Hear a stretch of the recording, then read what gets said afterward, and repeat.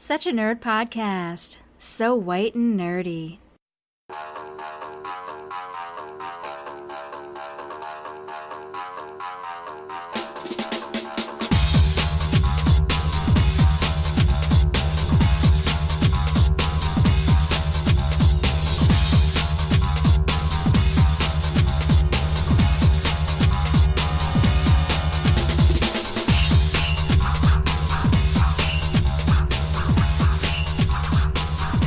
Welcome back, peoples, to Such a Nerd Podcast.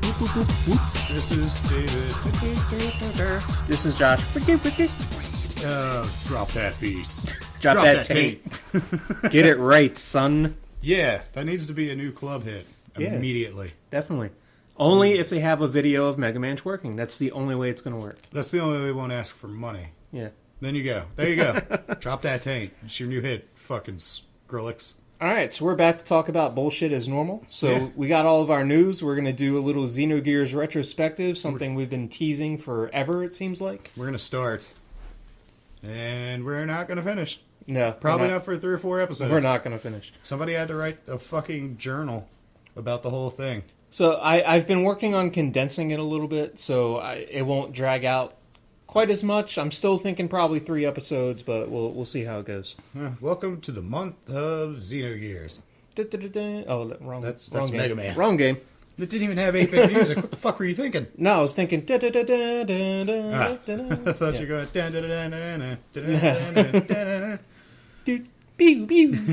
All right, let's stop being DJs. All right. Shout outs to Gary and Kirk. Shout outs to you motherfuckers. Oh, I don't know if you know this or not, but on Wednesday I happened to check our stats. We got up to number 12 Whoa! in video games on Podomatic. That's like the highest we've ever gotten. That is absolutely the highest. And I checked to see what was going on. Apparently somebody saw the show and liked it because they downloaded all the episodes. Holy shit. So that gave us like a huge boost. So that was pretty cool.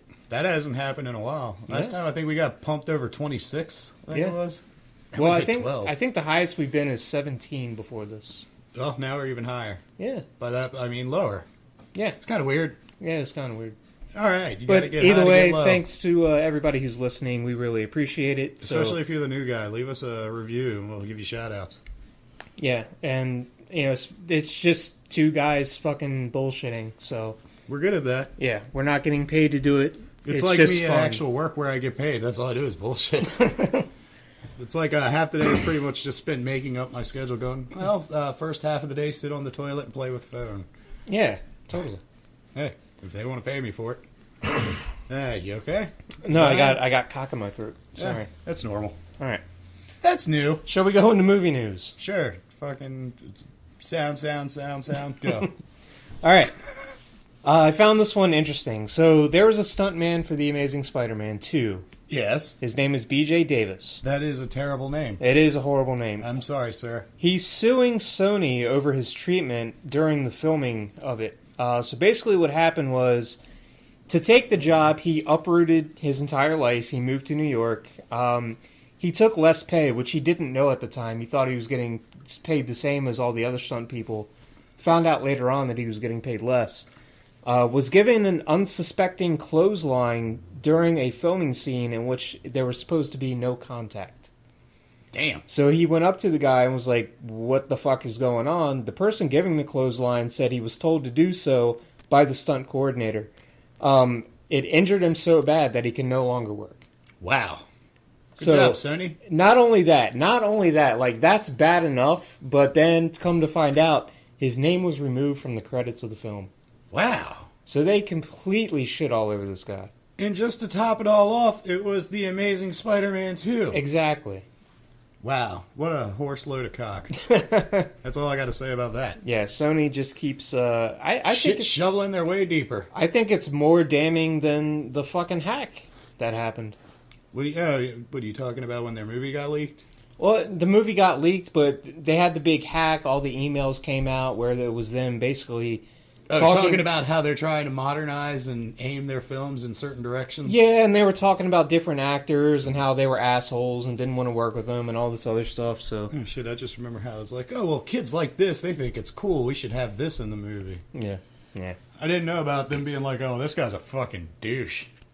Yeah, apparently there was an email that was leaked that one of the producers said something about Angelina Jolie being a horrible director or something. Damn. Yeah.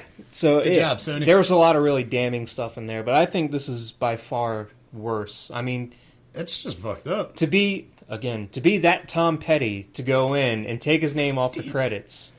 No, the fact that not even that, they had him uproot his whole life, as he stated. I don't know if this is fact or not. It's just hearsay. It's Yeah, this is his account of everything that happened. But if he actually completely had to adjust his life to go into this, getting underpaid, and then get injured so badly that he can't do work anymore, I hope he wins. Fuck Sony. Yeah, I agree. Except for PlayStation 4. Love it. Fuck their movie division, I'll say that. Oh, fuck yeah. Fuck Sony. Just stick with that. All right. God, I have fucking cocks all in my throat tonight. You gotta stop cocking the throats. I know. What? Throat cocking. Cock? Cock. Here we Cock. go. Next segment. Now that I met Gladys here, I just hope the doctor can fix up another part of my body. I'll give you a hint. It rhymes with cock. All right. Well, show's over. It's a bad night when you have to say cock 4 times in a row before you realize what you're doing. Marvel made some adjustments to its Phase 3 movie lineup. Is this good or bad? A little bit of both. All right. So there's still no Black Widow movie. That's because they're sexist. Yes. There's an Ant-Man and Wasp movie coming out. That's weird. I think that's okay because... Is he going to beat the Wasp? No. I don't think they're going to go that route. Then they're not sticking to the formula. No, it's because got to be canon. It's not Hank Pym. It's Scott Lang. So wait, Hank Pym's wife got together with the next Ant-Man? No, it's their daughter. Oh, okay. Yeah, Hope Van Dyne. Ooh, that'd be weird. Let's not go into that territory. That seems like bad anime. No, don't do hentai. that. So there's going to be an Ant-Man and Wasp movie. Because of that, it pushed back the release dates of Captain Marvel as well as Black Panther in the lineup, so they both got moved back like 4 to 6 months. I don't really mind. No, I don't think so. Not entirely. I'm sure those movies are going to be fine. I mean, I'm really excited to see Black Panther because I think it's a character that not a lot of people know about, and Marvel has already proven they can take characters like that and make them do great things. Yeah, Ant-Man. So, Living proof. Yeah, Ant-Man, Guardians of the Galaxy. So I'm still excited for those movies, but I don't think it's a bad thing that they got pushed It's like back. I'd never even heard of Guardians of the Galaxy, and then after that movie, now they got little figurines everywhere. They got fucking Saturday morning cartoon show coming out and shit. Yeah. It's like, what the fuck? The closest I had heard to it was Ultimate Marvel vs. Capcom 3 because Rocket Raccoon was in it. I was like, is that a Capcom character? That is way too quirky to be fucking American. Right. No, that's us? No, Wow. that's Marvel. Okay. And still no Hulk solo movie, so kind of bummed about that. That's because those guys have a bunch of dicks in their throats, too. Yes. X-Men Age of Apocalypse releases a synopsis. Okay. So it's nothing that we didn't already know. So basically, Apocalypse is the big baddie, worshipped as a god during his time. He's been in hibernation for 1,000 years. Now he's coming back. Coming back. So he wakes up, he finds all of these mutants around. He builds this team to try to take over the world. It's exactly what we thought it was going to be. So And I'm fine with that. You're what? I'm fine with that. All right, that's pretty much what it should be. Yeah, Follow the story, yeah. bitches. Yeah.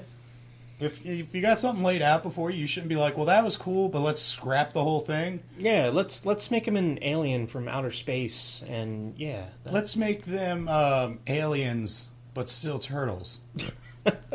Man, that sounds familiar. Yeah. Well, moving right along. Yeah. It's a good movie. Hellboy 3 probably not going to happen, according to Guillermo del Toro. It kind of sucks.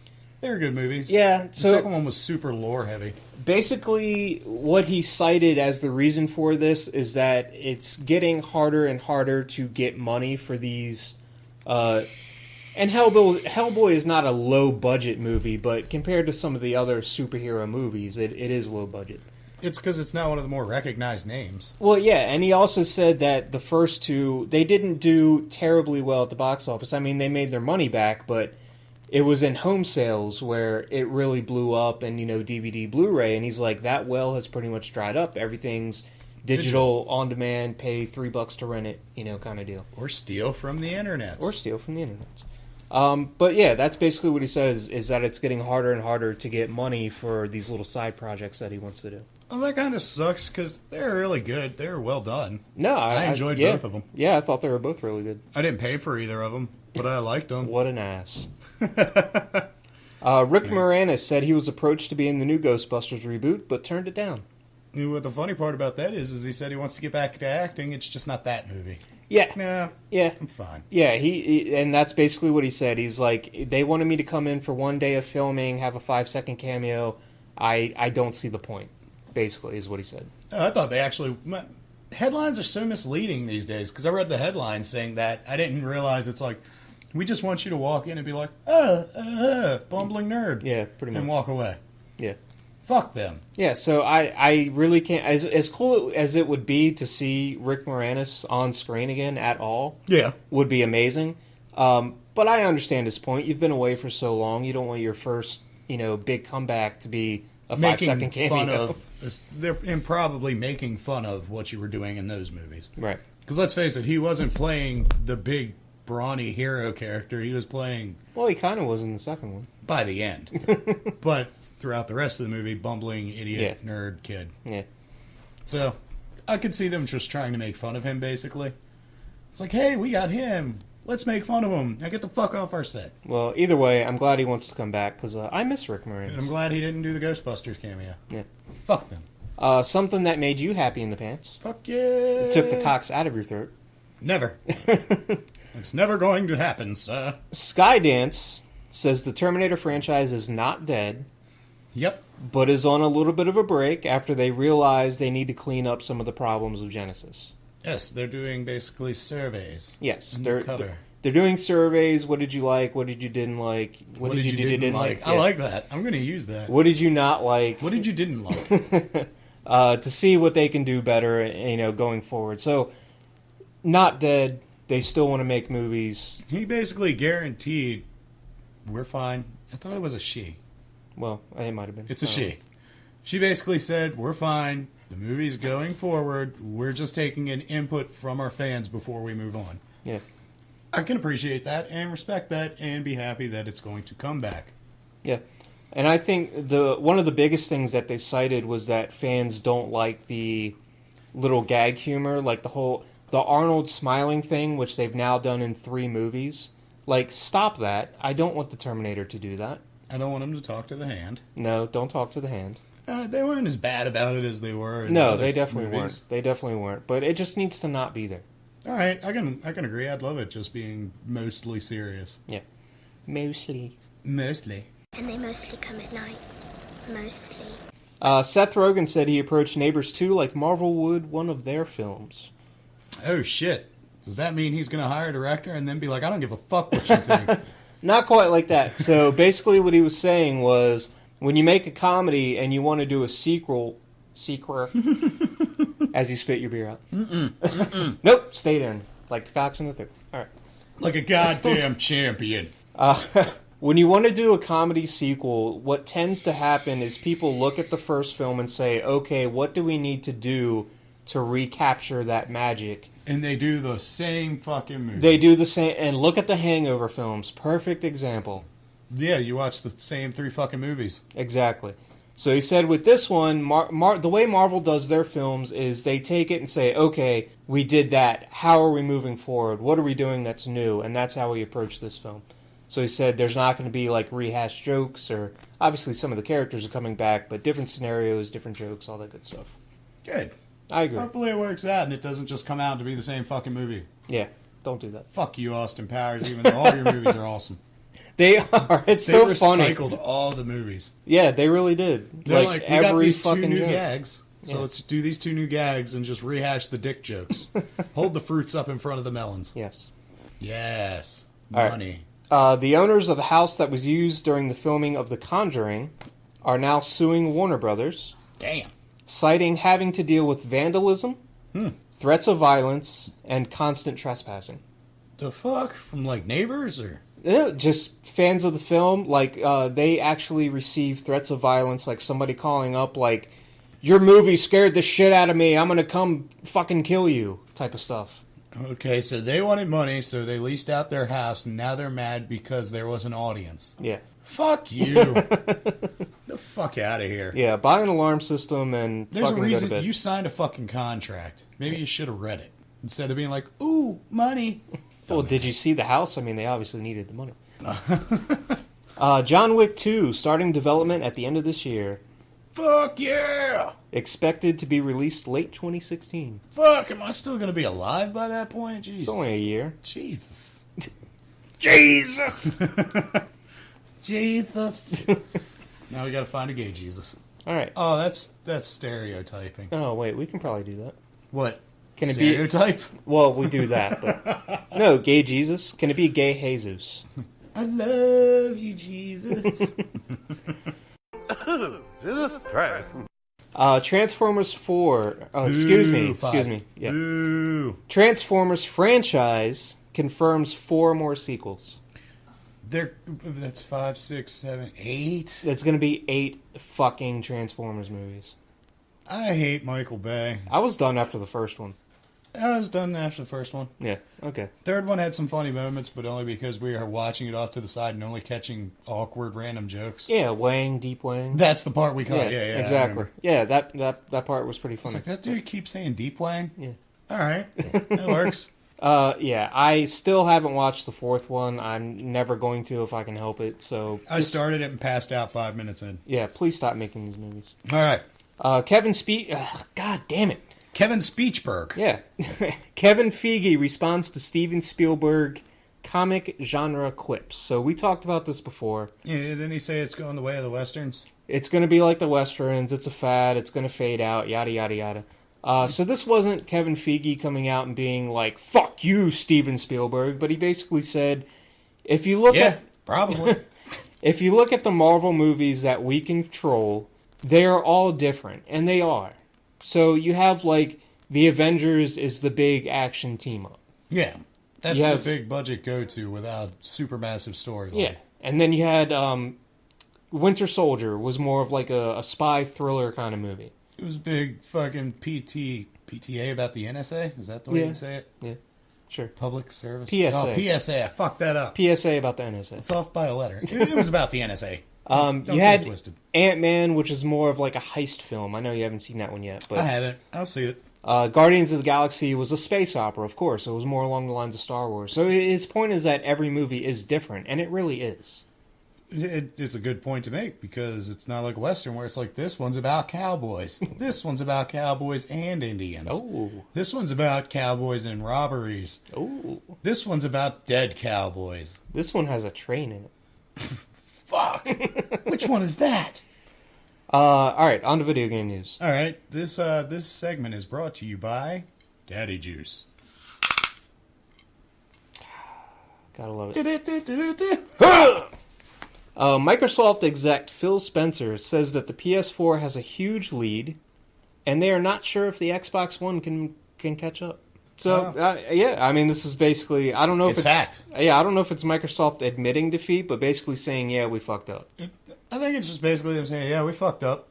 Yeah. I mean, they still have a chance. They have their big franchises. They got some really good new franchises coming out with things like, what is that? I think it's called Scalebound, the Platinum games. See, my whole this generation so far has been pretty disappointing. The best thing to come out of it so far is probably Metal Gear. I would agree, yeah. Which, by the way, I just hit 40% and I have 65 hours in. Yeah, it's crazy, isn't it? I was like, damn, Josh had already beaten the game at 40%. I'm still like, I just hit the halfway point. Told you I do a lot of side shit. Yeah. So, fucking love that game. You finally said you might be finished. I think for now, yeah. Now. I'm going to talk about it in the Nerdgasm. Oh, okay. Then I should just shut up. All right. So PS4. This is not going to help Microsoft, by the way, but PS4 is getting a price cut. It's dropping $50. They're the same price now. It's going to be the same price. And people are already buying PS4s more often. Yeah. So. Welcome to Fucked River. Yeah. Take the paddle. Not good. Phil Spencer, isn't that his name? Phil Spencer. Yep. Take the paddle. You and I don't know the other guy. They have some guy they call like Major Tom, I think, something like that. I have no idea. Yeah, well, you guys each take one. You can just steer in the right direction and fail.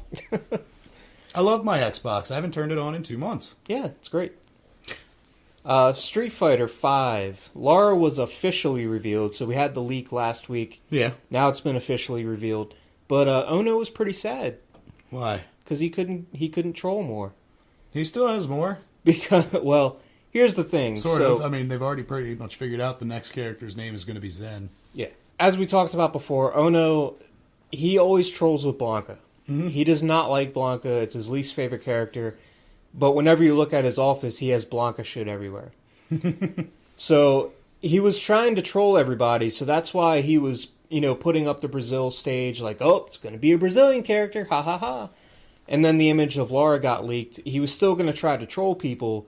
They were at a game show in, I don't think it was Brazil. I think it was actually Mexico where this game show was. I could be wrong. No, it was Brazil. It was Brazil? It was. Okay. Yeah. So they were at this game show. Basically, Sony released the trailer before they were supposed to. Ono had this big thing planned out. He was going to come out on stage with a Blanca suit and be like, "You ready to see your new Brazilian character? Ha ha ha!" And, reveal Laura. So he was kind of sad he didn't get to do that. It would have been great. Yeah. But he said on Twitter, he was like, "Oh, Sony, you too? Why?" It's also, did you watch the Maximilian video about the next characters coming out? Yeah. Because there's only 2 left. Yeah. And basically, they already stated it's going to be 8 classic, 4 pseudo classic, which is going to be like Street Fighter 3 type people, and 4 original. They already leaked Laura and Zen, right? Yeah. So there's 1 more classic character left. Yeah. And I don't remember who he said it was going to be. He thinks it's going to be Dawson. Yes, that's right. He thinks it's going to be Dawson. And the argument he gave in that video sounded pretty solid. Yeah. It's not a huge fan favorite, but it is like one of the go-to, oh yeah, that's Street Fighter. It's a staple of the series, for sure. So I think he might have been onto something. Is it? I would rather Sagat, but I don't see that happening. I was just gonna say that. I was like, is it weird that there's a new Street Fighter game that doesn't have Sagat? Because he's been in every one except 3. Yeah, I was honestly hoping it was either going to be Akuma or Sagat. But Dawson, is he more of a staple character? I think they all have such heights in that name. Yeah. I would rather, because I'd rather Akuma.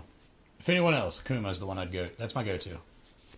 I think they're trying to get away from the Shoto aspect a little bit. No. That's kind of the feeling that I get because maybe that's why everybody's saying Ryu seems so dumbed down and one of the worst characters so far. That's kind of my take on it. That's my theory anyway. Huh. Well, that sucks. That's all I got for that argument. That sucks. That sucks. But then again, you also got the fact that this apparently is going to be the only version of Street Fighter V. All characters are going to be DLC on the road. Okay, yeah.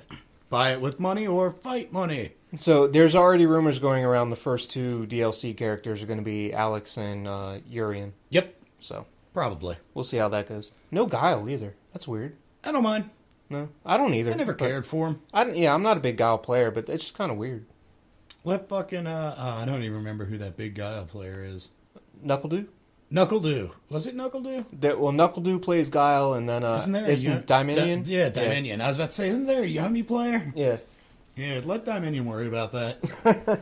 You go figure out your new main. You're fucking Yomi. I'm sure you're good to figure out 30 other characters. No Jury either. I'm kind of disappointed. I am. I enjoyed her. Yeah. She's fun. She wasn't one of my mains, but she was a fun character. She's very diverse compared to half the characters. Yeah, I agree. Probably the most original character in Street Fighter 4. In a long while, yeah. All right, moving on. Rock Band 4 was released. Yeah. Has mixed reviews. Of course. I think it has an 81 on Metacritic right now, which is it's not bad. Respectable. So some of the big complaints about the game, number 1 is the set list, which you've talked about before. I thought it was a terrible choice of music. I have to agree. So I would rather buy Rock Band, but with Guitar Hero songs. Yeah, I don't... I guess they were assuming, like, oh, we're going to make it so people can convert their music library, so it's not going to be that big of a deal. But then you got someone like me who has the music library on 360. If I get it, I would get it on PlayStation 4, so I'm kind of fucked. Henceforth, whole library, psh, yeah, exactly. Gone with the wind. But a lot of people were saying there's really nothing new from between Rock Band 3 and Rock Band 4. If anything, it's more dumbed down. I've watched videos of it. It looks the exact same. Yeah. It doesn't even look like the whole concert setup doesn't even run any smoother. It looks like it's running on just the old hardware. I could be wrong. It could just be the way Twitch looked. But I was like, yeah, this looks like Rock Band 3. Yeah. The other issue a lot of people were complaining about was the calibration seems to be hit or miss. Oh, great. Lovely. So there's some people that are like, look, I went into calibration first time, it worked perfectly. Everybody else is like, I've spent hours in calibration and I cannot get it to line up properly. It's never going to work. No, it's really not. You know what you do? You slip out like a greasy burp in the night and never say a word. So, yeah, take that for what it is. Reviews, like I said, mixed. Set list, not great. If that's what you want, that's what you get. You know? Some people just want to play a music game.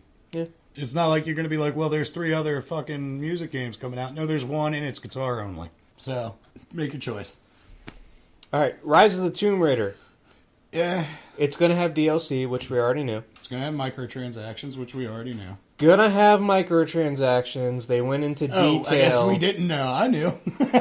Well, they went into detail as to what the microtransactions are. What are they, pray tell? Alright, so let me tell you this. I don't remember exactly what they call it. But Am it's I paying for my arrows? You're not paying for arrows. 10 cents an arrow. It's like, they're called expedition cards that you can buy. Lovely. Each expedition card does something different. It's like a different modifier in the map. Is there one that turns off microtransactions? No. All right. And one of the things they pointed out was something like big head mode. So I have 2 problems with this. They're going to make people play for Super Nintendo fucking extras? That's problem number 1, is that this used to be a cheat code that you could put in to get big head mode. Like when people were bitching about Mortal Kombat, they're like, oh, these are DLC characters. They're like, don't you want us to expand on the roster? It's like, yeah, but you had the idea. Why don't you do what you used to do and make people work to unlock it? It's like, no, just give us money and we'll let you do it. The second problem I have with this is that it's just, there's no reason for it not to be unlockable in the game. It's already in the game. It's not like you're adding this later. It's fucking there. It's behind a paywall. You're being greedy as fuck. That's all there is to it. There's nothing else you can really say. No, is there? So, yeah, obviously, it's nothing that's going to prevent you from playing the game. Like, big head mode, like, who the fuck cares? But, it's shitty. It's just stupid. You're shitting on tradition. That's been there since the 16-bit era. Fucking horrible. It was even in GoldenEye. They had a big head mode. It was. They had Donkey Kong mode. That's what it was. Oh, they had big head. Paintball mode. They had all kinds of shit. Fucking modes, man. Fucking a la mode. Shit was ridiculous. Fucking Depeche mode. Alright, these jokes are getting too gay. Alright, Metal Gear. I don't sound like a queer enough. But I think Depeche Mode is a sweet band. Metal Gear Online went live. Yes. I have not played it. I have. How is it? It's fun. It's a lot better than it was on 4. Like, a lot better. Okay. I would assume so with the better controls and stuff. You can tell they're still working out the network kinks. Because it gets a little choppy here and there, left and right. But honestly, it was a lot of fun. Once I'm done with the story, I'm definitely going to be jumping on. But, of course, I haven't finished the story, so I'm still like, I would rather be spending my time somewhere else right now. Yeah. One other thing that they added in this last patch kind of goes off the back of what we were just talking about with Tomb Raider. Oh, no. They already had microtransactions. You could buy Yeah, Mother Base I know. coins. Trust me. Okay. As I stared at that screen on the OK purchase button for 10 minutes. They offer now base insurance. That's fucking ridiculous. So, if you've never played the game, basically, even if you're as I found this out, even if you're offline, somebody can still invade your base and steal your soldiers and your resources. That's why they make sure they tell you, hey, you got to set up your base because it could come under attack at any time. Yeah. Which is stupid. Right there, I'm already like, I don't like that because I'm offline and somebody can fucking attack me and steal all my shit. So they now have base insurance. So basically, you pay real money. And you don't lose your shit if you get robbed. And you don't lose your shit. Or you don't lose as much of your shit. Wait, no. Fuck that. It better be the whole fucking thing if you want I don't know real if money. it's the whole thing or not, but they have different tiers. So they like... And by the way, this is also the stupid thing, but basically you buy insurance for a time period. This better be Konami. It's got to be Konami. So basically you buy base insurance for, let's say, a day. Let's say it's a slow day, it's a Wednesday, nobody attacks your base. Do you get that money back? No. No, you don't. All right. Yeah. Fuck that, dude. Awesome. I want to talk to Kojima. I want to know if this is his fault. Something else great in the realm of companies sticking it to the fans. The Pokemon Company Yes. sues a fan for trying to have a fan event. Wow. So this is something that this guy has done, I believe, at the New York Comic Con. Correct me if I'm wrong, but So he just wants a special section called PokeCon. Pokecon. Yeah, it has a ring to it, doesn't it? It does. So this guy has done this every year since 2011. He puts on a little fan event. He charges people $2, and he uses that money to buy prizes and stuff like that to give out. They have like a card tournament there, and he'll use that for prize money and stuff like that. So this guy is not making a dime off anything. He uses $2 is it costs more to get into a fucking keg party. Yeah. So the Pokemon Company found out about this, sent him a cease and desist. So he was like, well, that really sucks. I guess I won't be doing it. Then they are now trying to sue him. That's fucked. So he was like, look, when I got the cease and desist, I stopped. I was like, that really sucks, but I figured the issue was over. And then all of a sudden, I get a letter from their lawyer saying that they're going to sue me. He started a GoFundMe campaign for it. So they were like, we'll settle it out of court for a $4,000 fine. And he's like, I'm poor. Like, I work at a post office. I don't have $4,000 just lying around to give you. So he did the only thing he could think to do. He did a GoFundMe campaign. They got him the $4,000, so he paid it off when he's free and done. But I just wanted to bring it up because That's fucked up. That's like the shittiest thing you can do to your fucking fans. we're both Redskins fans. Yeah. And the Redskins fans famously tried to sue some of their season ticket holders a couple years ago. Yeah. And everybody made a big deal about it. And, you know, that's more of a sticky situation because you signed a contract. So they kind of have a leg to stand on in that. But this is just straight up a company saying fuck you to a fan. Yep. Not even acknowledging the things he's doing. Not even acknowledging how much he appreciates the brand. Not even acknowledging how much he's putting it out there. Just going, okay, so he's charging $2 a person. He's been doing this for how many years? Had this many people? 4 years. Dude, you owe us... I know we're a $1 billion company, but you owe us $4,000, dude. Yeah, it's, Like, again, whoa. so Tom Petty. Really? Do you think he's still a fan? Probably. Pokemon's in the blood, man. No, that's when you leave. That's when you bail. Yeah. It's like you have shown there is nothing to gain in those waters. Yeah, like sometimes I use video game music during my transitions. If I got a letter from a lawyer, like, Yeah, imagine that. What if we got like a donation for $10 and then like a month later it's like, hey, that Metal Gear music in that episode, I saw you guys said you got a donation of $10. You owe us $10. yeah, I if that happened to us, I would swear off Konami forever. I would swear off podcasting and the internet and go be a hermit. I would bathe in the smell of my own sweat in my taint. Drop that tape. Drop that tape. All right, TV news. Really short. Netflix had a rate hike. It's they're going up $1 a month. Kind of expected. They've had a lot of really big shows coming out, so they're putting. They got their own huge productions coming out and everything. Yeah, and honestly, inflation. Yeah, there's inflation, but they're putting a lot of money back into programming, and all of their programming is really good. So I don't Rarely really have would a I problem ever with say I agree with it. it. Yeah. I'm sure the people have bitched. Oh, I'm sure. Yeah. Rarely would I ever say to something like this, yeah, it's just $1. If my Their extra base service is like what, $8 a month, $9 a month. I think it's $9 a month. It's now. 8 or 9 Yeah. somewhere in there. Whatever, it's $1. Yeah. If my $1 a month makes Daredevil that much better, I'm fine. There with that. you go. And the last thing I want to talk about, not really TV news, but it's more internet news. There's some drama going on with CinemaSins. Really? Did you hear about this? No. Okay. I'm a big fan of CinemaSins as well as Screen Junkies. Yes, you are. Screen Junkies does Honest Trailer. They do movie fights. Yes. I watch all their stuff. CinemaSins, of course, does Everything Wrong with Movies. Yep. And they go through and they have a ding counter. It's really entertaining stuff. They've collaborated on projects in the past, so the guys from CinemaSins have actually been on movie fights. When Terminator Genesis was coming out, they actually collaborated and both did. He did Everything Wrong with Terminator 2. They did Honest Trailer Terminator 2. So they have a working relationship with each other. They've been on each other's shows, yada, yada, yada. Now, here we go. Screen Junkies came out with a new show on their channel called The Review Crew. So basically, it's 3 or 4 people, they get together in a car and they're driving to the theater and they talk about this movie, how they're anticipating it, what they think it's going to be like.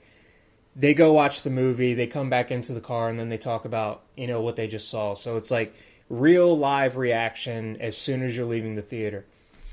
Problem is, CinemaSins has been doing this for over a year.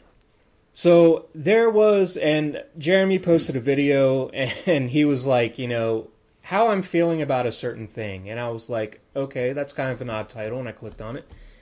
And he goes through everything, and he's like, there's so many great YouTubers out there that do movie reviews. I was looking for a way to distance myself from that and have my own little thing. And he was like, what better way to do it than to get a live reaction as soon as you're leaving the theater? And he's like, then I saw, Screen Junkies had their shit, yada yada. And he's like, I'm reminded back to a time where he does another segment of videos called Dear Hollywood. So it's like him in his backyard writing a letter to Hollywood, and he's like narrating over it. He did this one called How to Fix Horror Movies. Screen Junkies sent him an email. They're like, hey man, we have a show on ours. It's called How to Fix blah, blah, blah. And they're like, could you not use that? Do us a favor, not use that. He was like, yeah, sure, guys, absolutely. I wasn't aware of the show. Not a problem. I'll take the video down and won't do it again. So here it comes. Jeremy sends an email to Screen Junkies. He's like, hey guys, I have my before and after movie reviews. I get in the car with a couple friends. I do this. I just saw your video. You're doing the same thing. Could you not do that? That's kind of my thing. And they're like, no, fuck you. Oh wow. Yeah, we're gonna do it. And I think what's not only are they saying fuck you to a fellow YouTuber and somebody they've collaborated with, but it's heavily product placed. Theirs is? Theirs is. They're going like super advertisement mode? Yes, so they make sure to tell you that they're driving the brand new Toyota Scion to this movie. So honestly, the real main point behind this is that they're getting sponsored to do this show. Yes. And they're like, we're not losing that money. Yes. I don't care how much we like you. So when they're pulling into the parking lot, there's like this nice shot from outside the car of the car pulling into the parking lot. You see everybody get out, and the camera stays on the car. It's like, buy the new Toyota Scion. So it's shitty enough that they're saying fuck you to, somebody who, again, has respected their word, has done collaborations with them. It pisses me off that they're doing that and monetizing it. And you're also a fan of both of them, so that's gotta hurt. And when he was like going over all this stuff, and he like actually showed the email like back and forth. And quick update, I just saw like 3 or 4 hours ago, he was like, if the Screen Junkies go on their show and say I cussed them out over the phone, I just want you guys to know that's absolutely true, and I hope they recorded it. So apparently after he posted the video, somebody from Screen Junkies called him and was like, hey dude, this, and he was like, no, fuck you. We tried to do this the nice way. We tried to settle it in email, and you basically told me to fuck off. And Jeremy from CinemaSins was even like, look, it's me and one other guy doing this. Like, this is it. We own CinemaSins. They are part of a network. They have sponsors. And it might be a little bit harder for them to go in and take down a video, but still, you're straight up ripping off my idea. You didn't ask permission. I would have told you it was okay if you would have asked. But to just shit all over it and then be like, oh, well, fuck you, we're making money. It's fucked up. They should just give them a kickback. Yeah. Like, look, anyway, it's your content. Look, we'll give you a kickback on every video we do since we're stealing your idea. Will that make it okay? I'd have been like, you know what? One less thing to do this week. Go ahead. I just wanted to bring it up because, like you said, I'm a fan of both of their channels, but yeah, some of the shit that he was saying that, Screen Junkies, sent him an email and all this stuff, I was like, fucking really, guys? Really? They're corporate. In the end, it's not about friendship. It's about what's giving me another dollar. Yeah. So basically what I'm saying is tentatively fuck Screen Junkies until they decide to act right. I think Maybe, because this is all fresh. These are all fresh wounds, pretty much, right? Yeah. I think there's going to be a backlash. Well, See. people have already flooded the Screen Junkies review crew video and gave it like 1 million thumbs downs, and basically like flooding their comments with nice work stealing Jeremy's idea. I mean, I plan to do it too. Yeah. All right. So I'm not even a fan. I just want to go do it because they're douchebags. All right. So we're gonna take a break. We're gonna come back. We are gonna do some Xenogears. Yeah, I can't remember the theme, so I'm not going to do it. Yeah, greasy daddy juice burp.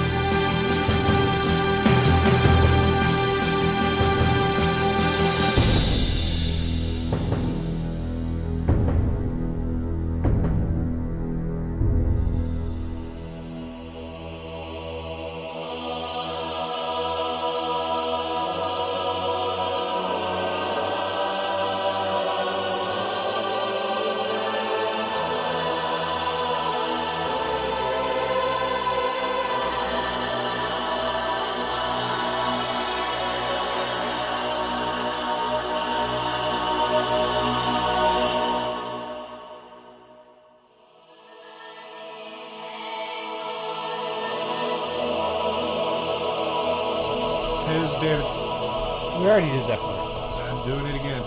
What a dick. Yeah, I'm stealing it. So we're back to talk about Xenogears, something we've been trying to talk about for months, and we kept pushing it back, and then I was like, I need to do more story stuff. And... All right, well, this has concluded our Xenogears segment. We're going on break. All right, All we'll right. do that. All right, here we go. All right. So the way I figure this, you have to have a little bit of the background to understand what's going on, because it's kind of hard to follow along if we just get right into it. So, Well, they don't give you a background when you get into the game, do they? well, that's but you're playing a game, so it's a little bit different than just hearing a story or reading a story. I suppose you are correct, sir. So we've talked about it before. Probably the best story of any RPG. Hell yeah, I agree. Yeah, I don't think it's. I can't think of anything that will top it. Especially the end. I'm going to go straight to the end when I say this. Who cares about spoilers? This is a retrospective. When it says Xenogears and then the number of the... Oh, no, don't. No. No? No. Man, you're an asshole. Nope, save it. All right.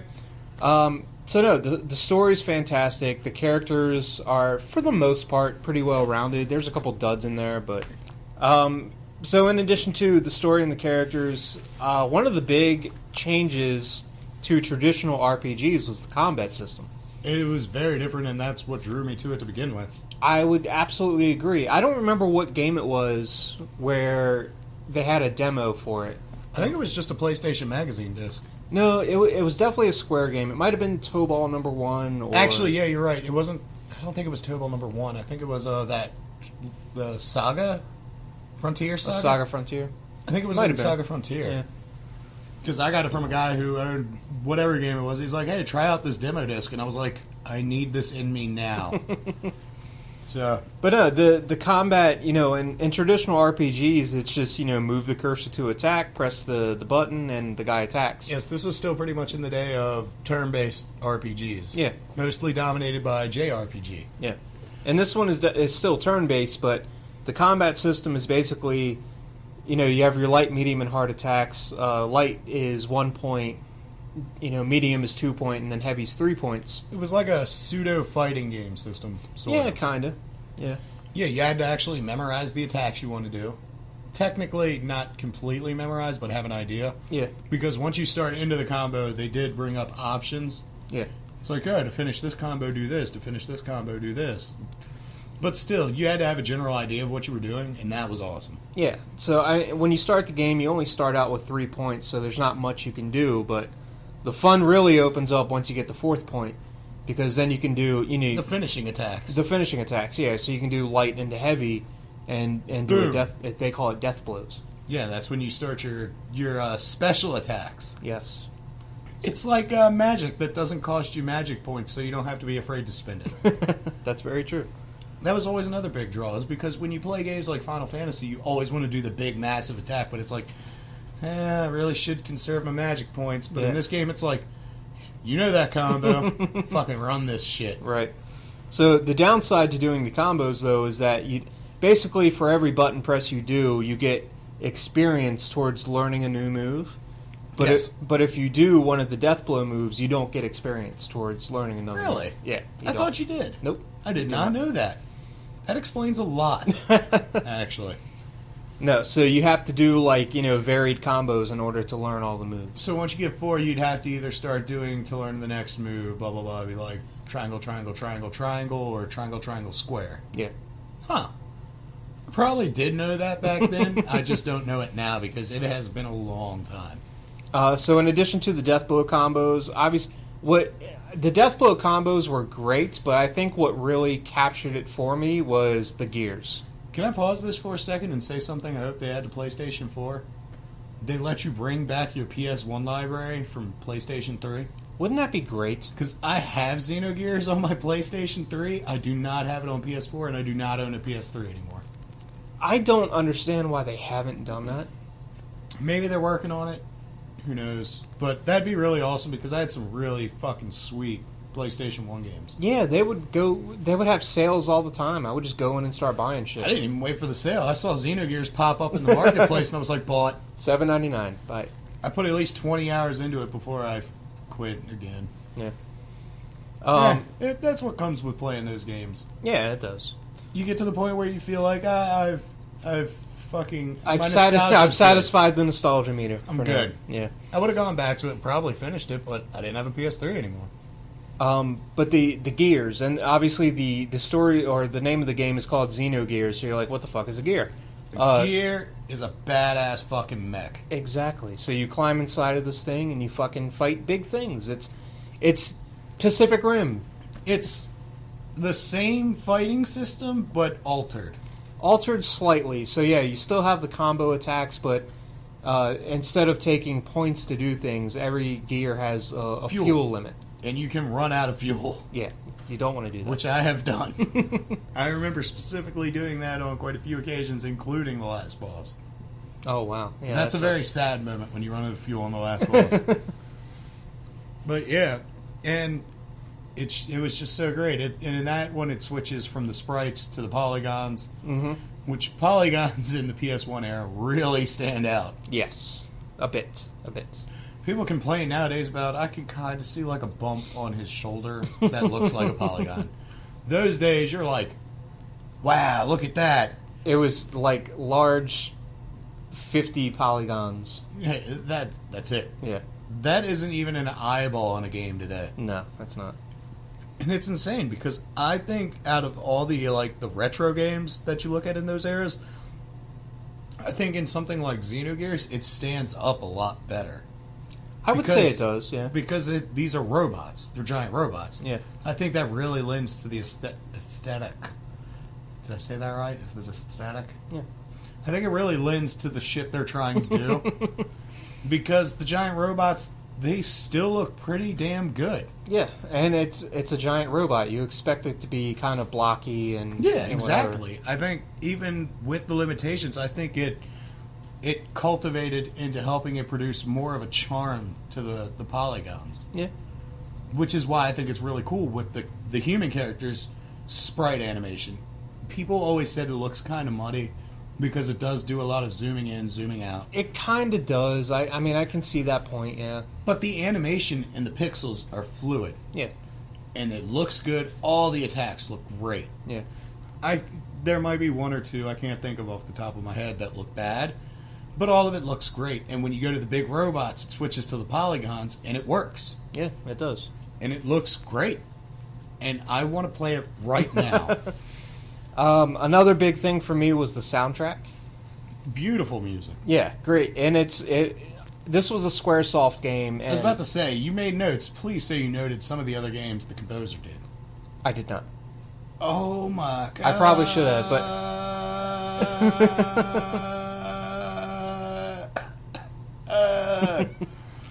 we'll bring that back next episode. Let's make a note of that. Yeah. We still need to keep paper down to make notes. Yeah, probably. We've been saying that for a long time. So you're probably not going to know what else he composed. I'm pretty sure he did work on things like Final Fantasy VII and Final Fantasy VI. I'm almost... Yeah, it had to be him. Well, the music was beautiful. We'll take a look. But yeah, the music was great. There's definitely a few tracks that stand out to me. Dude, when you go into that, like, the first city you go into after you're exiled at the beginning of the game, that's when the soundtrack really kicked in for me. I was like, it just fits the atmosphere perfectly. Yeah, it it's does. So good. I don't remember the name of the town. Like I said, we're not going too in-depth with the story right now, I'm guessing. No, we're just So laying just out some mentioning generalities. the fact, once you get exiled, something really bad happens at the beginning. I'm not going to say what. But then you go to the first city, that Fei Fong Wong. Yes. Very generic name, by the way. Very.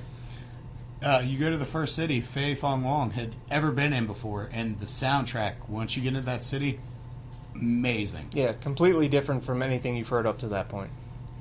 That, dude, I could just gush over this game. Random points. You Uh, got to keep me in control on this one. all right, so it has anime cutscenes. It does. Which- Very good anime, which made me think that this had to have been an anime, and it was not. It was not. I thought the same thing. But basically, I mean, at this point, every game was starting to go like the CG animation route for its cutscenes. And they did, at point, they did with the gears, which, There's a couple, yeah. which makes me laugh, because in a weird way, it reflects the game itself.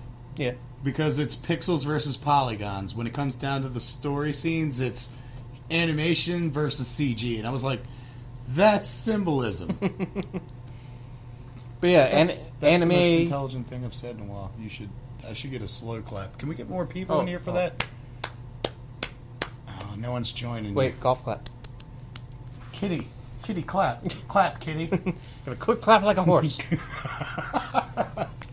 But hand-drawn anime cutscenes, very old-school style of anime also. Very good, too. Yeah, very good.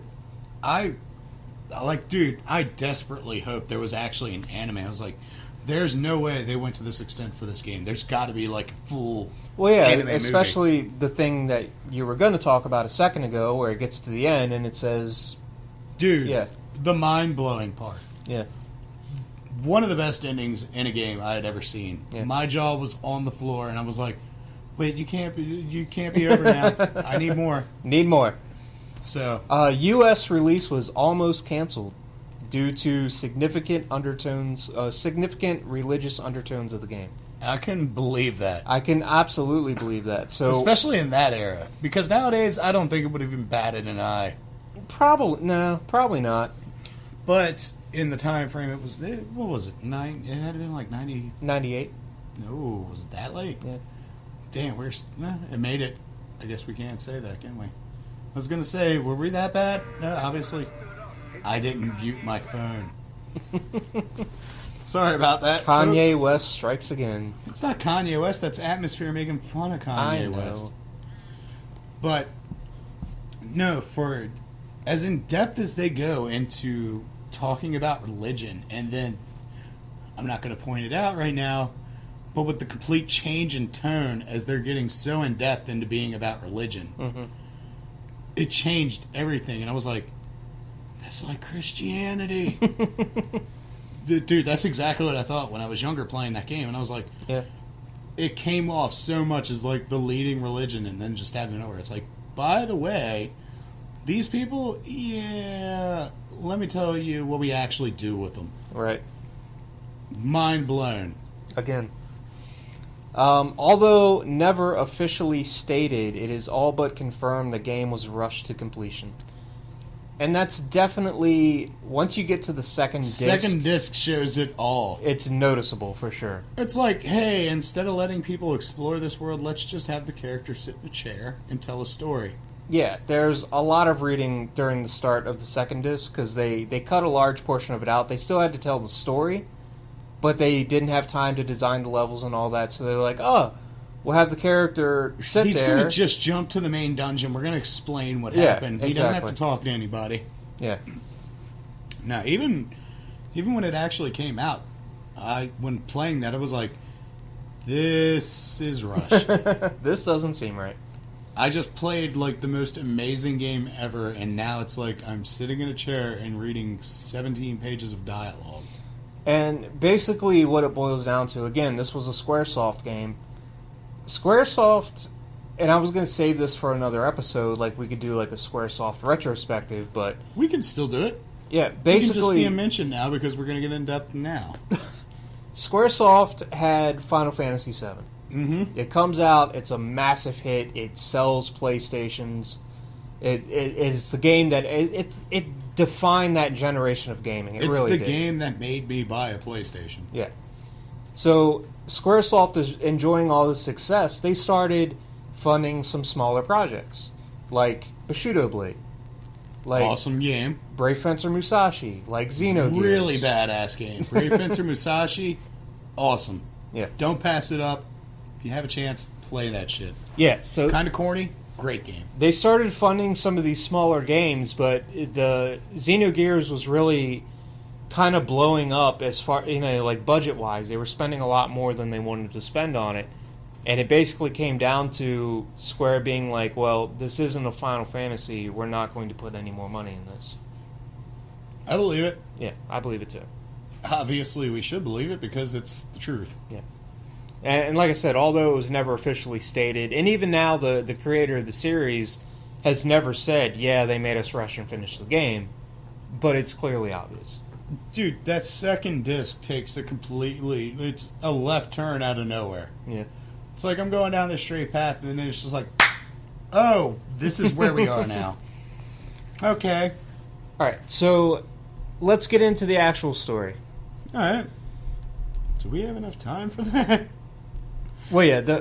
Actually, no. Before we get into the story, there was one more thing I wanted to talk about. I wanted to go into some of the characters and some of the regions and stuff like that. So, Okay. We have the main character, Faye, who you talked about. We have... Who's a badass? yeah. We have...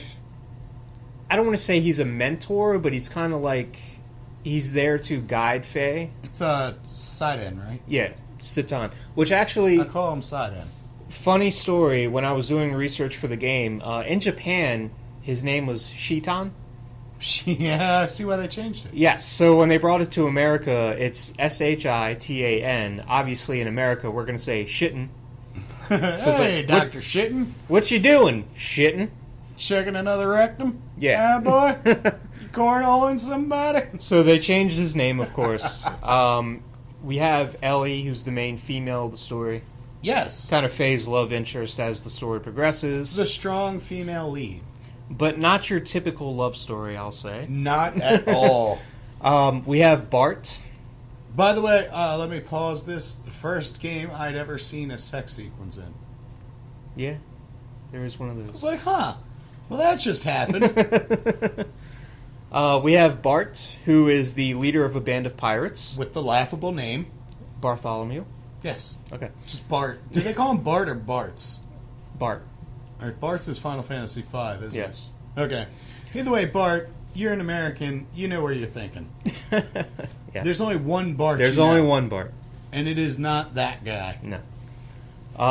Bart is the leader of a band of pirates, but also the prince of a country named Ava. And he is also one rapscallion in an elementary school in Springfield. Just writing on that chalkboard. Just, I will not pilot my gear during night hours. I will not pilot my gear during night hours. We have... Who do we have? We have Rico. Rico was the one character that was kind of like, well-rounded characters for the most part. Is that Blanca? It's Blanca, yeah. Yeah, dude.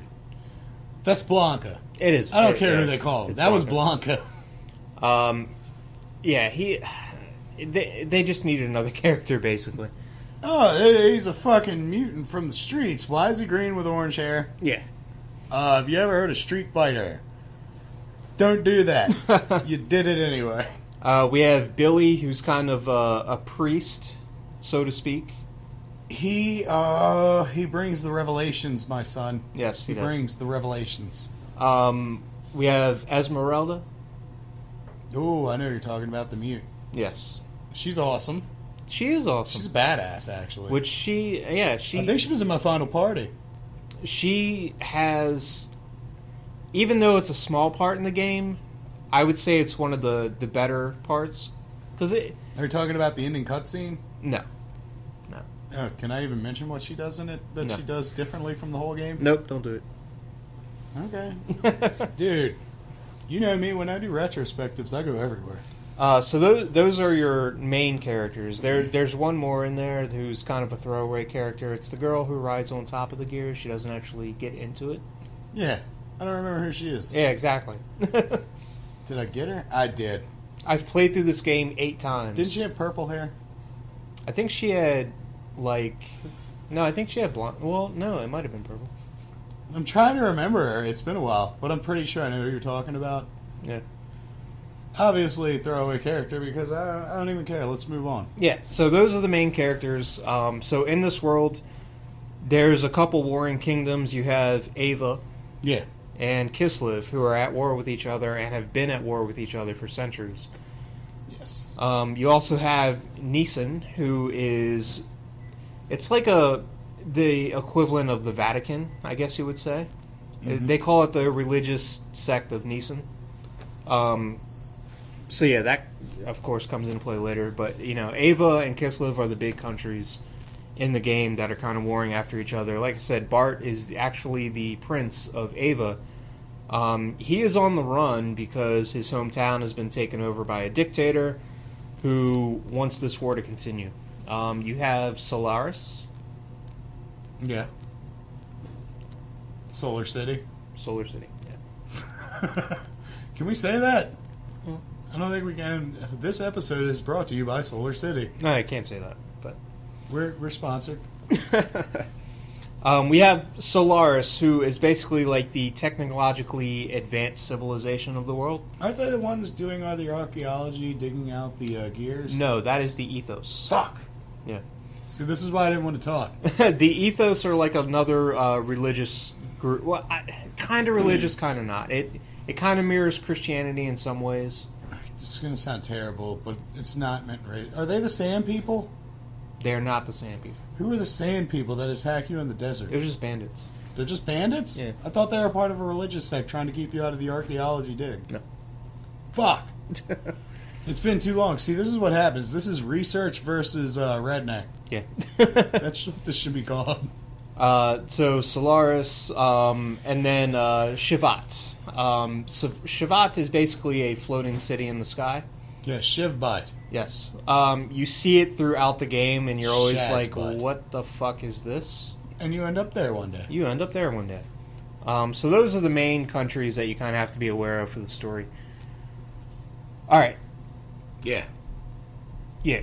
Dr. Dre. Should we start the story, or No, should we save the story I think for we next should. week? Yeah, I think we should. Because once you start in a story, that's when everything goes apeshit. Yeah. So I actually, just, for the first time, by the way, just to let everybody know, I've had my first glimpse at his notes, and I was like, whoa! Okay, maybe we should just lay the groundwork for this retrospective at this point. we'll do this. I'll do the opening cinematic to kind of set the tone. I was just about to say, should we just like leave a cliffhanger? Yes. All right, this is our first attempt at drama. Let's see how it works. So you start the game up. You hit new game. And you start in as the best friend who is running around trying to get ready for a wedding. No. Technically, no. There is kind of a backstory segment. No. The village is under attack, remember? No. No? No. Where did I fuck up? You skipped a whole bunch of shit. You hit new game, Alright. and on the screen it says, I am Alpha and Omega. I'm the beginning and the end. I forgot the anime cutscene. I am the first and the last. Yes, you're talking about the spaceship sequence. Yes. I was thinking straight into gameplay. I apologize. So this is another part, because you see this opening cutscene, but then when you actually get into the actual game... Hold on, there goes big old penis. Man, I sounded like he came for days. Nope, the police are after him. He came too much. Yep, we got a whole semen world war out there. I see flashing lights. Red and yellow, red and yellow, red and yellow. Wait, that's black and yellow. I even fucked up a song. Hi, my name is Fuck Up. I'm a continue of podcast. So this opening cinematic, as you said, there's a spaceship. But once you actually start the game and you're playing as Faye, you're in this village, and it's a very, you're living in stone huts. Oh, we're not going to talk about... We are. Jumping. We're jumping because I fucked up. I agree. Yeah. Thank you. So when you start the game, you're living in stone huts, and you're like, how does a spaceship fit in to what the fuck is going on? It's completely different from anything you really experience for the most part at the beginning of the game when you actually get into the gameplay, but as it starts, you hit new game, you get this whole I am the Alpha, I am the Omega. So the actual opening cinematic, so it's a large ship, which you can see is named the Eldridge. Yes, and it's panned over very slowly to Yes. give you a good idea of just how massive this ship is. Think like a Star Destroyer in Star Wars, when the movie opens and this ship just keeps going on forever. It's like, oh my god, does it end? You go into the cockpit as alarms start sounding. You see the captain and the ship operators attempting to contain something, but you don't know what. And you see, parts of the ship erupting outside of the hull, the ship itself. They're freaking out. They're trying to figure out a way to contain what's spreading through their ship. Yeah, so the ship itself seems to be coming to life and attacking the people on the ship. Yes, they're hitting switches, buttons, everything. They're containing parts of the ship itself and having it self-destruct to detach that part of the ship. Yeah. All kinds of shit is going on at this point. And at no point do you really know what the fuck is going on. Right. All countermeasures fail. My favorite part, which is right here, the wall of warning. Yeah. The red tags, and it's just the whole screen goes red. The whole screen goes red. All countermeasures fail as words appear on their computer screen. Words that are repeated over and over. You shall be as gods. Now. The captain gives the order for the ship to begin full evacuation. Escape pods and smaller ships are jettisoned, and as they are, the ship's defense systems activate and begin blowing them up as they are released. So as they're trying to escape, realizing that all is for naught, it's like, yeah, you're not leaving, bitch. Yeah, This is pretty much. my planet. Well, spaceship. The captain falls into his chair, slumping down in complete shock and horror. He opens his pocket watch, taking a look, and then setting it down on his control console. In the pocket watch is his wife and child. He begins the self-destruct sequence for the Eldridge as the camera pans behind him and you catch a glimpse of his pocket watch. On the left side of the casing is a picture of his wife and daughter. You see him look up one more time as the ship explodes. Good sequence, too. The view shifts to a nearby planet. You see a woman with long purple hair rise up from the wreckage of a piece of the ship. With butt cheeks. With butt cheeks. That was shocking at the time, by the way. 'Cause Yeah, I it like, was. Am I looking at butt cheeks? Looking into her eyes, you see the reflection of falling debris on fire raining down. The view switches behind her as you realize she is standing on a beach watching the wreckage fall over the ocean. And that is your opening cinema. Them were some butt cheeks. Those were some butt cheeks. Dim cheeks. Man, that part definitely stuck out with me because you didn't see stuff like this. It's the whole cultural difference. Yeah, it is. Whereas to the Japanese culture, it's like, Yeah, that's like whatever. it's the essence of a woman. She's standing on the beach. Americans were like, dude, and butt cheeks. And that's exactly how I responded, like a stupid American fucking, that time, what was I, 16, 17-year-old? Yeah. I still played. I was like, when am I going to see them butt cheeks again? I did not see them butt cheeks ever again. No, not those butt cheeks. There are more butt cheeks, yes. I'm going to avoid that conversation because it has to deal with something way further down. Yeah. So that is your opening cinema. And Next again, thing right you there. know, you're in fucking Primitive Town. Yeah, you're, like I said, you're in stone huts and fucking, yeah, it's like you're living out in the middle of nowhere. Yes. And we shall dive into that on segment 2. Next week. All right. So Next we're going to week- take a break. We're going to come back. We're going to get into some gasms. We are also going to explain why, if anything comes out in the following week's podcast, due to my negligence and stupidity of wanting a break from it all, I am going on vacation. So we will be recording next weekend's episode a little early. Yeah, So if something major happens between then and there, just act like we know, because we probably do. yeah. Yeah, probably not going to do a news section 2 days from now. No. No, probably not. We can make up. Oh, that's what we should do. That should be a segment by Fake itself. news? Fake news. We both make up like 4 fake stories. All right. Then you get like 4 real ones, so we have a total of 12. Then we try to figure out which ones are real and fake. Yes, that would be fun. Yes. Yes, that. All right, break time. Coming back for gasms.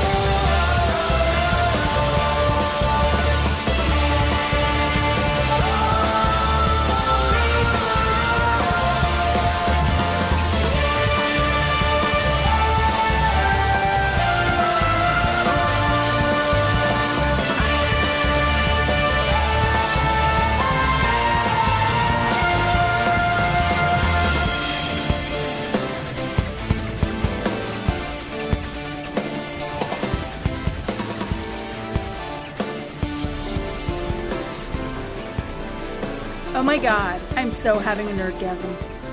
I'll always finish second. Oh, god damn it. Hey, hey. But if you close your eyes, skeet, skeet, skeet. It won't get in your eyes. I'm protecting your eyes. Alright, we're back to talk about some nerdgasms. Yes! Alright, so actually, as I talked about last week, Yes. I was playing Final Fantasy Theater Rhythm. Yes. Still playing Great it. game. Yeah, it's fun. It's not your average rhythm game. No, definitely not. It's got the little RPG twist to it. Always. So, I'm still playing that. I was playing it when you came in, Yes, you were. and you caught me masturbating to it. You did have your wiener as your fucking stylist. I know. I didn't want to question it. It was really weird. But they have some tracks from Final Fantasy 14 in there. And 14... 14's good. I'm not going to give it shit. there's one in particular that I really, really like in 14, and that's the Garuda Prima Battle. Uh-huh. Really, really good track for it, and it's probably my favorite one in that game. I can bet you're probably going to hear it in this episode at some point. I don't blame you. I miss 14. I want to go back. I'm playing 14 again. Oh, no. I want to. I want to get Heaven's Sword. I downloaded it, resubscribed to it, been playing it for the last few days. So some of the people that I played with are still playing, so that was really cool to see them. I still think it's funny that I gave away my account pretty much. Yes, you did. I was like, oh, I'm part of your raid, but I don't fucking want to raid anymore, so take my account and pay for it. I don't care. Yeah. Came back one day and it was like, wow, this is not where I was. No, definitely I not. look fucking sweet in all this gear.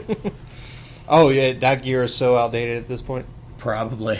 No, I started playing it again. I had a lot of stuff to catch up on. I stopped playing it this past February, so it's been about 8 months. In MMO lifetime, that is pretty much a lifetime. That is pretty much a lifetime, yeah. Tons of shit I had to catch up on, but I've really been enjoying it, so... I heard they did 14's really great. good with the story segments in Heaven's Sword. I can tell you the last story segment leading up to Heaven's Ward, so this was like patch like 2.8 or something like that. Yeah. Really fucking good. It was Wasn't that in 14 Realm Reborn? Yeah. Yeah, because I was about to say Realm Reborn's all 2 point. Yeah. So Heaven's Ward is 3 point. Yeah. Oh, basically. Yeah, so the story segments they added in for that one were really fucking good. I just started getting into the Heaven's Ward stuff. Yeah, dude, A Realm Reborn saved everything. Like, I did play the beta for just the original Final Fantasy 14, the 1 point. Fucking Awful. horrible. Fucking awful. Yeah.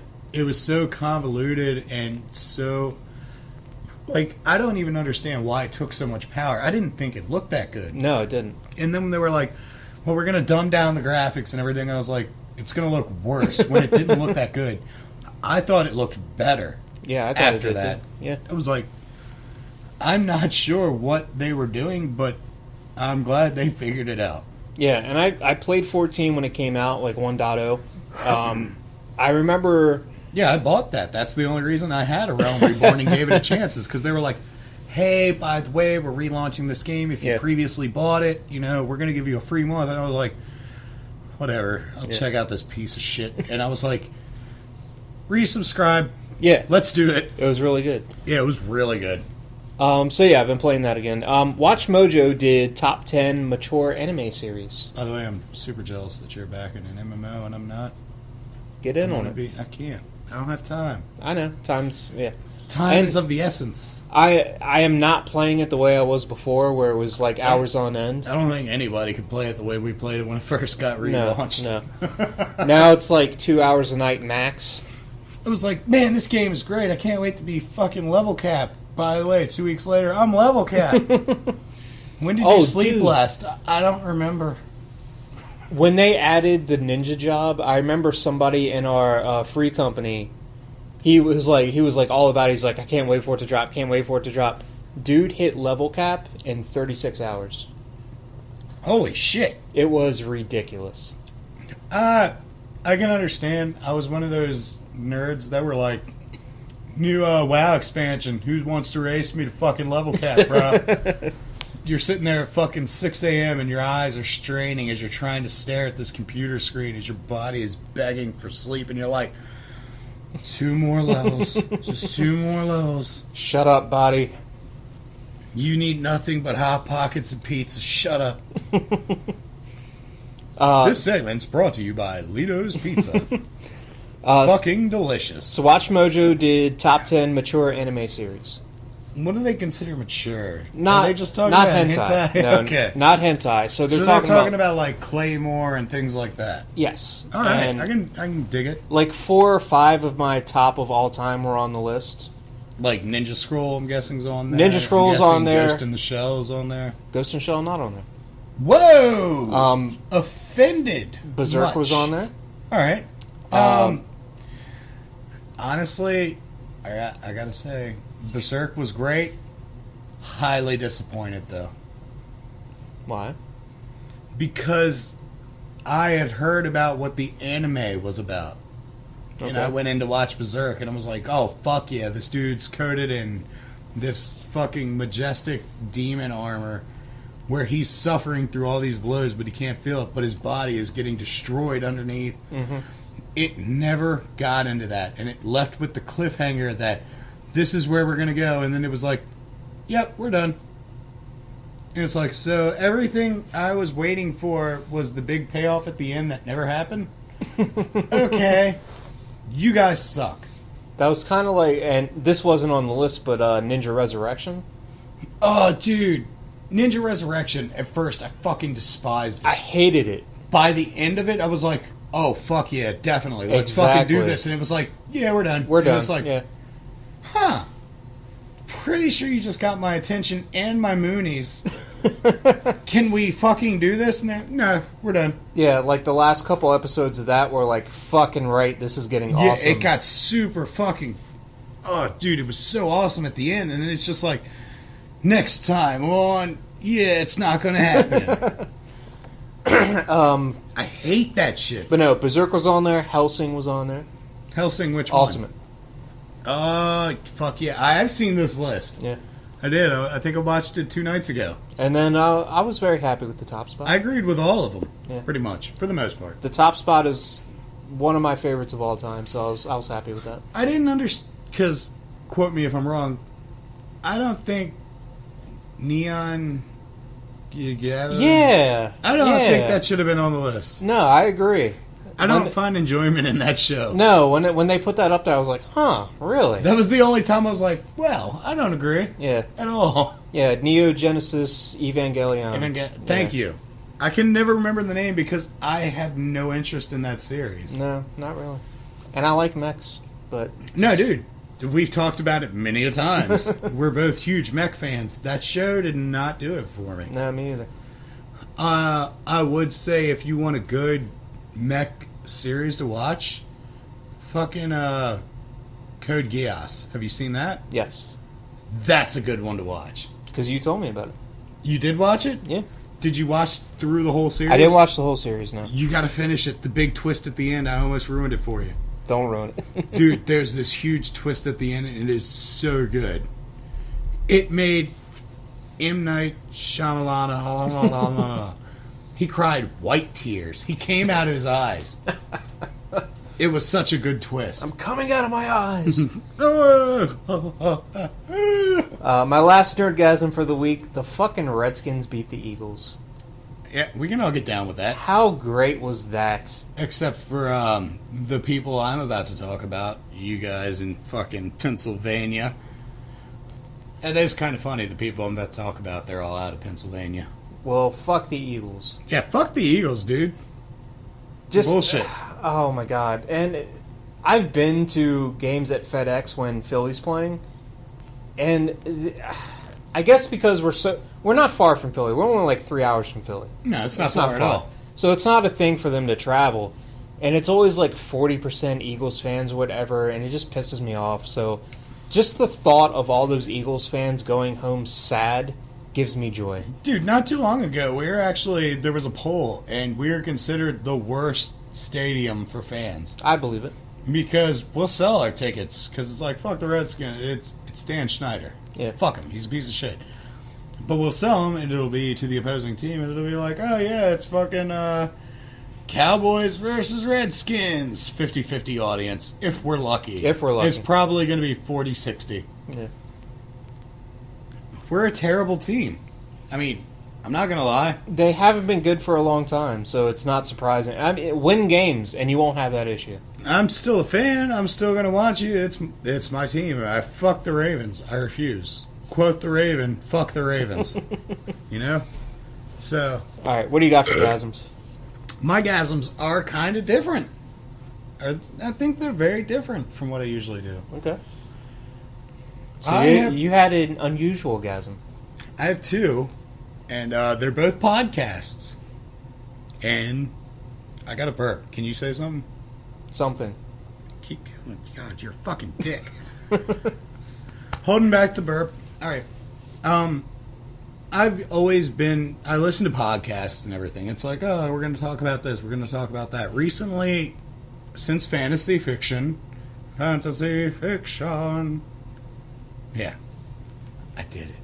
I went there. Are you still mad at me because I said, welcome back to Fantasy Fiction Podcast? No. What did I say that one time? I don't remember. I don't know. I said something about him with fantasy fiction. Whatever. Yeah. And you were like, oh, wrong podcast. Ooh, I can tell you where I want to be. Because of them, I had never really explored outside of just podcasts being like, oh, we're going to talk sports. Oh, we're going to talk this. We're going to talk video games. We're going to talk... You get what I'm saying. Yeah. They were the first podcast I listened to where it's like, we're going to do something fucking stupid. And we're going to tell you stories. I was like, huh, that's a thing. And so they had somebody recently and previously, his name is Aubrey Sitterson. Welcome to your free promotion, biatch.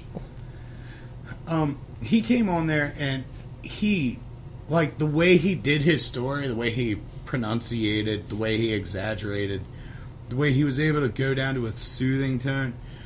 I was like, this dude there's no way he hasn't done this before. Turns out he does a fucking podcast called Skald. That's Skald. Look it up. But he has this really cool project that he's doing called Skald, where it's just a single narrative story that he is telling. He somewhat does voices. He doesn't do... It's basically the way he puts it. It's not him... it's not him writing you a story. It's him telling you a story. And it's really cool. It's definitely worth checking out. Should I give an idea of what the story's about? Sure. Basically, it really starts off with... There's this man, and he's tied to the world tree. He basically has somebody finally release him from this tree who's trying to grant him a power, but basically at the same time enslave him. So he didn't... I don't want to give too much away. It's so hard not to, because there are so many twists and turns to the whole thing. But basically... He basically lets him help him, but denounces his power. And from there, you're set with a man who has been hung for a decade from a tree and has finally been released back upon the world. And from there, hey man, you got like 29 episodes to listen to. So yeah, I was going to say, but his are more like, just a story. It's not like wacky shit. No, it's not wacky shit. It's nothing like that. This is a really well-told story. This dude... He does such a good job of writing this world, and he puts everything out there. Which is why my second gasm's so great, because he also recommended it, which is why I checked it out. It's why I checked out the next one. But for this one, everything is a very serious tone. This is a really in-depth story. And it's really good. I'm not going to lie. It's like buying Fight Club on fucking Audible.com. You buy Fight Club, you expect a good story, am I right? Sure. I'm right. But this is a free thing. It's his podcast, and it's actually really fucking good. So Skald, Skald. Check it out on iTunes. Check it out on... He's probably got other shit. I don't give a fuck. He's not paying me. He don't talk to me. But I do think it's awesome, so check it out. Second one is sort of the same, but very different. Again, I don't know why, but I'm hugely into narrative-driven podcasts lately. And the next one is called Rude Alchemy, which he recommended on his channel, so I checked it out. It's basically like old school radio storytelling mixed with Monty Python. Okay. So there are moments where it is super serious, and some of the endings are like, holy shit. But at the same time, while they're doing their radio drama, it'll be like, they'll start talking about things like in their latest one. It's like, he's talking about a type of food in the guy's backpack, and he's like, oh no, that didn't exist back then. The narrator breaks it up, and he's like, okay, well, can I have one of your biscuits? And he's like, hold on, my Aunt Sherry, she's telling me that they actually did have that back then. So, and they're like, well, which is it? Is it this or is it that? And he's like, well, you just figured out for yourselves. And he's like, oh, well, I'm just trying to be a professional, so I'm going to talk to a narrator about what it's supposed to be. Who's setting up the scene. I'm not going to tell you if it's this or it's that. I'm going to tell you what the narrator told me it's going to be. So I'm going to make it a part of this instead of that, so I don't want to be an ass, because the narrator should be... Like, they start arguing with each other. They break the fourth wall constantly. And it's fucking hilarious, and it's fucking great, and it's Rude Alchemy. They got... This is their 4th season they're starting.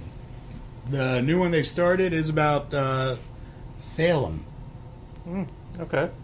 What do you expect? It's fucking October. Shit. But, if you don't... They're all connected. Usually most seasons there's 5 parts. They do random episodes in between, of course. They introduce themselves, they talk about things, they share random stories, which I thought was cool. They outside of the radio drama they do fucking episodes where they just tell stories within that realm that they're creating. It's like, oh yeah, during this story it's going to be during this time era. It's not going to be completely a part of that, but it is going to be a part of that. It's really cool. So Rude Alchemy, check them out. They're fucking awesome. They're fucking hilarious. Other than that, any guys I have? Metal Gear Solid 5. It's fucking great. Still, Josh finally got over that. He finally got the afterquake. What's that called? Ooh. What is it after a fucking earthquake? Aftershock? His aftershock from Metal Gear Solid 5 may be over. Oh, it might be done. Well, I found something to supplant it, so... Oh. Should we save that for next episode? No, it's Final Fantasy 14. Oh. Well, there you go. Yeah. I think we're done here. Yeah. So we'll be back in a couple days. To the audience, it'll be a full week. It's going to be a full week, but so like I said, we'll act like, let's have fun. Let's act like it's next week. Yeah. Let's make up some fake news stories. Let's do it. Fucking Ashton Kutcher just married the moon. All right, we're out of here. Have a good weekend. Be safe. Enjoy your lives. And if nothing else, make sure you jizz. Don't be safe. Drive reckless. No.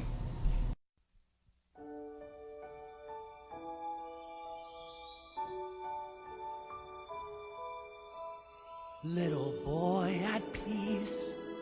What is this place? Beyond the stars. Open up your eyes. What are these things you're moving toward? Head so full of wonder. Worries in the past. Could it be that you are free at last? No!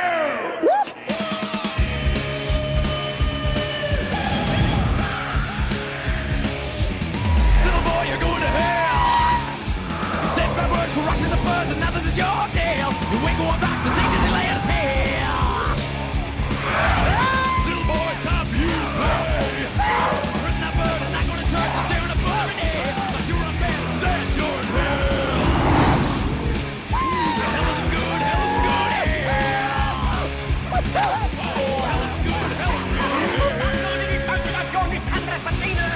Darkface, have you seen Gracie? There is orderliness in the universe. Jesus!